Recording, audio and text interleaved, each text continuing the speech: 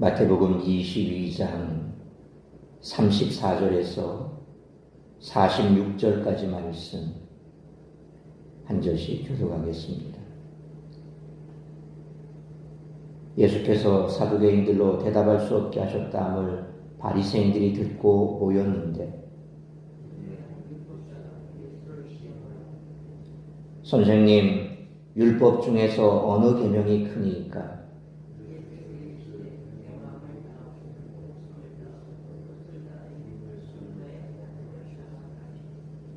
이것이 크고 첫째 되는 계명이요,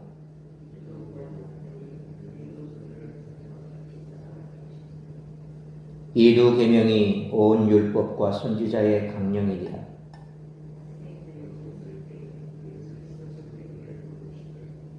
너희는 그리스도에 대하여 어떻게 생각하느냐? 누구의 자손이냐?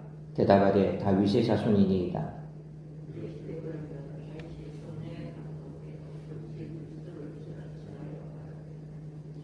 주께서 내주께 이르시되 내가 내 원수를 내 발 아래 둘 때까지 내 우편에 앉아 있으라 하셨도다 하였느니라.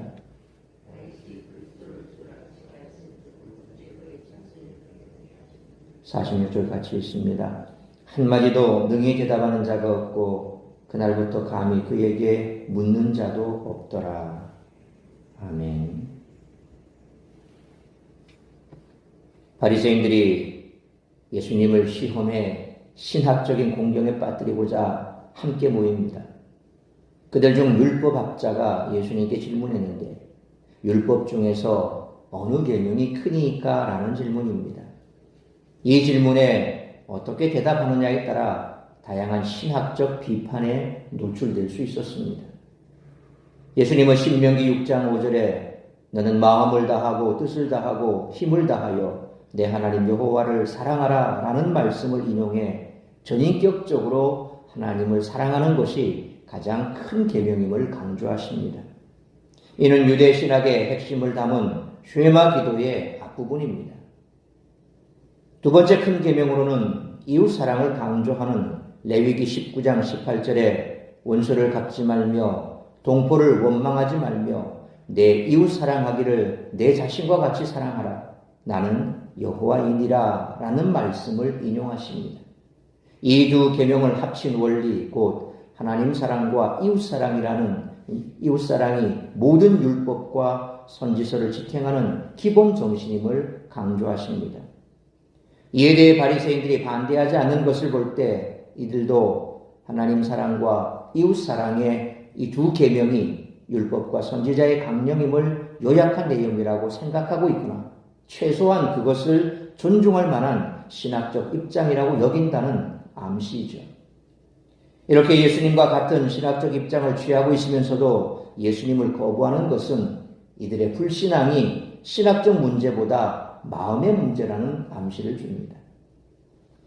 바리새인들이 아무 말이 없자 이번에는 예수님이 그리스도가 누구냐고 물으시고, 바리새인들은 다윗의 자손이라고 답합니다. 예수님은 시편 110편 1절 말씀을 인용하시며 그리스도가 다윗의 자손이라면 다윗이 왜 주라고 칭했느냐고 반문하시자 이들은 아무 대답도 하지 못합니다. 다윗의 자손인 메시아가 신적 존재라는 시편 110편의 암시를 이들은 놓쳤던 것입니다. 시편 110편의 신적 메시아에 부합한 인물이 바로 예수님입니다. 다윗의 자손으로 오셨지만 하나님 자신이기도 한 예수님을 믿고 사랑하는 것이 바로 하나님 사랑의 계명을 지키는 것이고, 5장 43절로 44절에 또 내 이웃을 사랑하고 내 원수를 미워하였다는 것을 너희가 들었으나 나는 너희에게 이르노니 너희 원수를 사랑하며 너희를 박해하는 자를 위하여 기도하라는 예수님의 가르침대로 원수까지 사랑하는 것이 이웃 사랑을 실천하는 것입니다. 예수님을 사랑하고 그의 가르침을 지키는 것이 결국 율법과 선지서를 온전히 이루는 길이라는 것이죠. 예수님은 계속되는 유대교 지도자들의 질문 공세에 대답하시며 진리를 가르치시다가 이제 그들에게 오늘 본문을 보면 역으로 질문을 하십니다. 그 질문을 통해 예수님이 누구신지 밝히 드러내십니다. 이는 매우 중요한 질문입니다.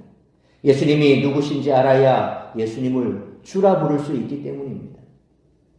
따라서 오늘 본문의 말씀을 통해 우리들이 깨달아야 할 것은 첫째로 34절로 40절 말씀처럼 성도는 마음을 다해 하나님과 이웃을 사랑해야 한다는 것입니다. 34절 말씀처럼 예수께서 사두개인들로 대답할 수 없게 하셨다함을 듣고 바리새인들이 모였습니다. 여기서 모였다라고 번역된 헬라어 슈네크데산 에피토 아우토라고 하는 이 헬라 말을 직역하면 같은 장소에 모였다라고 됩니다. 우리는 단순하게 모였다 이렇게 동사 하나로 딱 표시를 했지만 헬라어 문장을 보면 4개의 단어로 되어 있지 않습니까? 슈네크데산 에피토 아우토, 같은 장소에 모였다라는 겁니다. 이는 70인역 소위 구약 성경 히브리어를 헬라어로 번역한 것이 70인역이거든요. 그러니까 그 70인역 시편 2편 2절 내용을 보면 관원들이 여호와와 그의 기름 부음 받은 자를 대적하기 위해 한데 모였다라는 원래 이 시편 2편 2절의 히브리어를 헬라 말로 번역한 이 70인역 성경을 보면 오늘 이 단어가 그대로 여기에 노출되어 있습니다. 그러니까 바리새인들이 마치 시편 2편 2절의 관원들처럼 함께 모여 예수님, 메시아 되신 예수님을 대적하고 있다는 것을 마태는 지금 본문에서 시사하고 있습니다.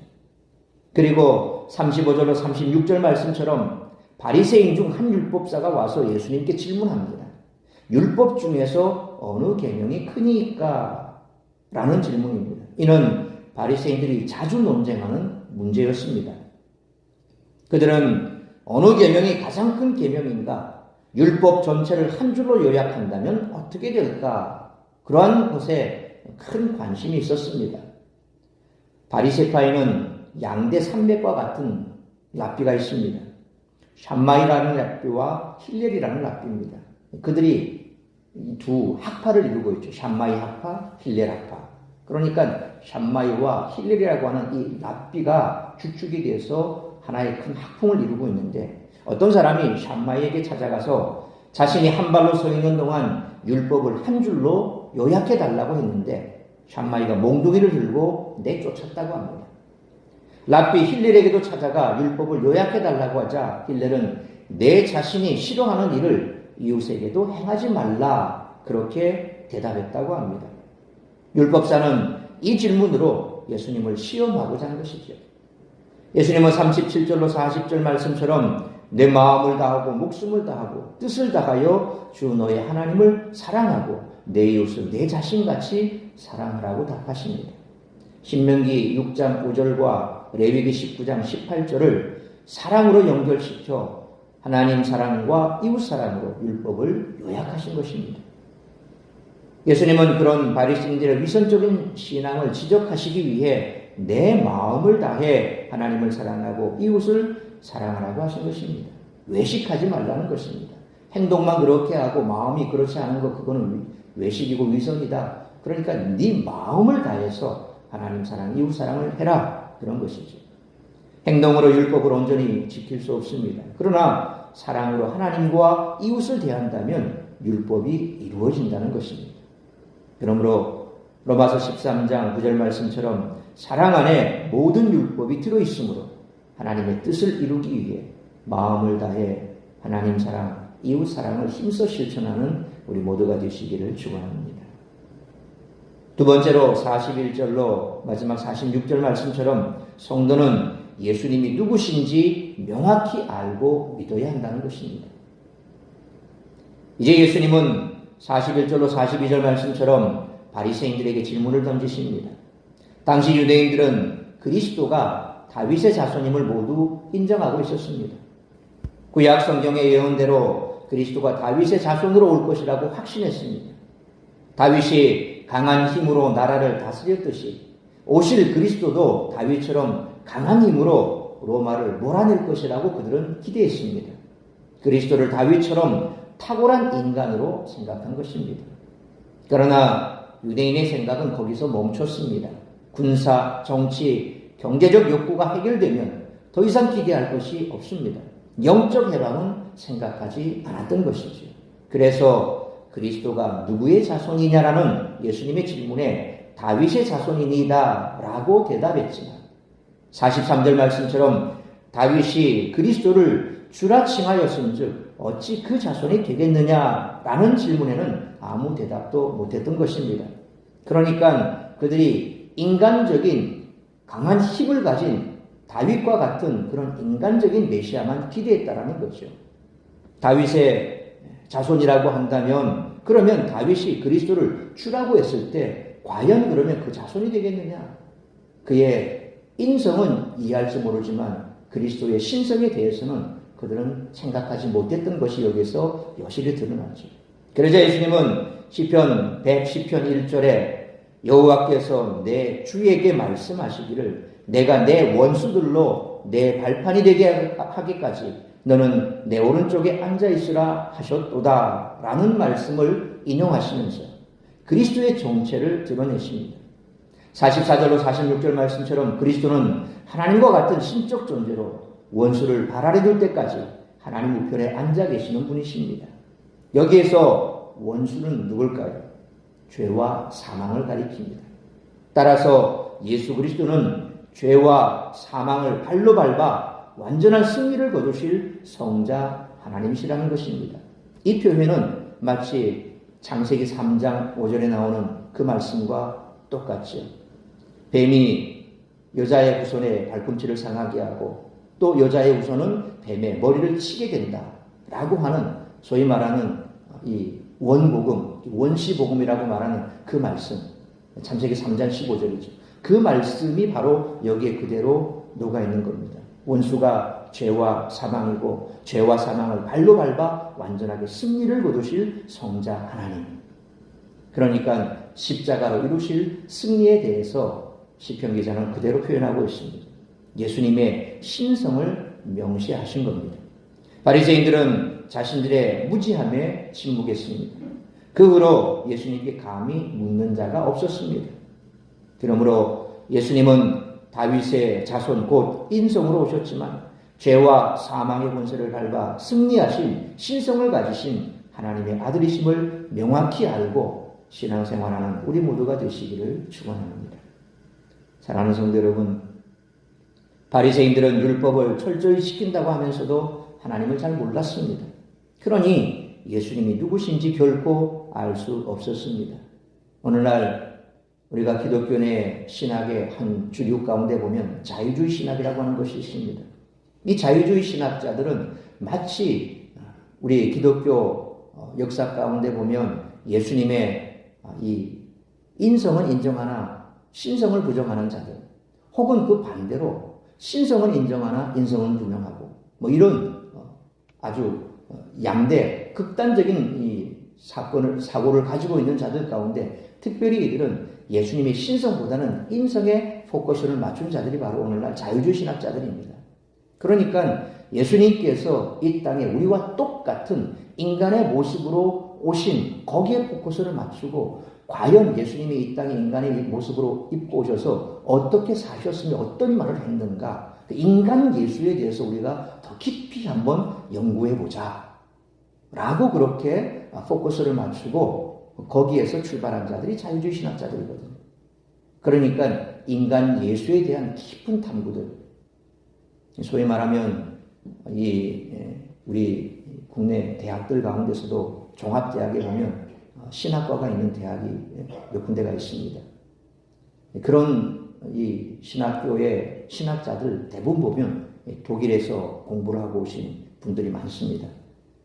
자유주의 신학의 발원지가 바로 독일 아닙니까? 그러니까 거기에서 공부하고 오신 분들이 이제 이 주축을 이루어서 학풍을 우리 국내에서도 많이 이렇게 책을 내고 하셨는데 그 책들을 보면 우리가 말하는 God, 소위 여호와, 그분을 우리는 하나님이라고 부르는데 하느님이라고 부릅니다. 그리고 인간 예수에 대한 그런 고찰에 대한 책들이 참 많이 나옵니다. 그래서 그런 책들은 보면 이 사람은 자유주의 신학자구나 라고 하는 것을 우리가 알고 있으면 됩니다. 그리고 그 내용들은 별것 없습니다. 예수님이 인간으로서 가지고 있는 그 어떤 본성에서 발현되는 그런 말, 행동, 거기에서 그 인간애를 느끼고 또 같은 동질적인 인간으로서 우리가 그분에 대해서 어떻게 생각해야 될 것인가 뭐 이런 내용들입니다. 여러분 생각해 보십시오. 참 좋은 말이죠. 인간애가 넘치는 말입니다. 그러나 인간으로 오신 예수님께서 왜 인간으로 오셨는가? 궁극적인 그 인간으로 오신 예수님의 인성에 대해서 우리가 알아야 되는 거죠. 왜 예수님이 인간으로 오셨습니까? 우리의 죄와 이 사망의 문제, 죄로 인해서 벌어진 그 죄 문제를 해결하기 위해서 인간으로 오셨지 않습니까? 포커스는 거기에 있습니다. 죄의 문제, 우리가 가지고 있는 이 죄의 문제를 해결하기 위해서 인간의 몸을 입고 오신 동정녀 마리아의 몸에서 탄생하신 예수님. 그러니까 인간의 포커스를 맞추면 이 동정녀 탄생도 별 의미가 없는 거예요. 근데 우리는 왜 동정녀 몸에서 예수님이 나셔야 했는가? 라는 부분도 대단히 중요합니다. 그것은 우리의 죄의 문제를 해결하기 위해서 동정녀 몸에서 탄생하셔야 했고, 그런 죄 없으신 예수님께서 우리 죄의 문제를 해결하기 위해서 이 땅에 오셨다는 거지. 그러니까 오늘 율법학자들이 예수님께 질문했던 그 질문의 의도가 오늘날 마치 이 자유주의 신학자들이 가지고 있는 그 내용과 똑같습니다. 예수님의 신성에 대해서 그들은 이해하지 못했고 알지도 못했고 알려고 하지도 않았다라고 하는 겁니다. 말씀을 통해서 하나님이 어떤 분인지, 예수님이 누구신지 바르게 알아야 말씀에 담긴 하나님의 사랑을 우리는 깊이 깨달을 수 있고 그 사랑으로 말씀을 따라 살 수가 있다는 것입니다. 그러므로 하나님의 뜻을 이루기 위해 마음을 다해 하나님 사랑, 이웃 사랑을 힘껏 실천하되 말씀을 통해 하나님이 어떤 분인지, 예수님이 누구신지를 바르게 알고 신앙생활하는 우리 모두가 되시기를 축원합니다. 기도하겠습니다. 걸어가신 아버지 하나님, 은혜와 사랑을 감사합니다. 오늘도 이 새벽을 깨워 말씀으로 예배로 하루를 시작하게 하시니 감사합니다. 오늘 우리에게 주신 말씀처럼 우리가 이 땅을 살아가면서 하나님이 어떤 분인지, 예수님이 누구신지 분명히 알아야 올바른 신앙생활을 할 수가 있습니다. 하나님께서 우리에게 보내주신 독생자 예수 그리스도께서 이 땅에 오신 그 이유와 목적은 분명합니다. 그 이유와 목적이 분명하신 예수님께서는 그 목적에 합당한 삶을 사셨습니다.